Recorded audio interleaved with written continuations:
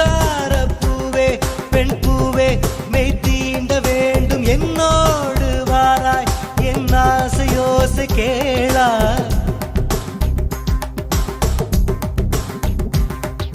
மின்சார பூவே பெண் பூவே மெய் தீண்ட வேண்டும் என்னோடு வாராய் என் ஆசையோசை கேளாய். மாலையில் பொன்மாலினில் நான் துயில் கொள்ள வேண்டும், காலையில் உன் கண்களில் நான் வெயில் காய வேண்டும். சகியே சகியே சகியே என் இசைக்கும் ஆசைக்கும் பூசைக்கும் நீ வேண்டும்.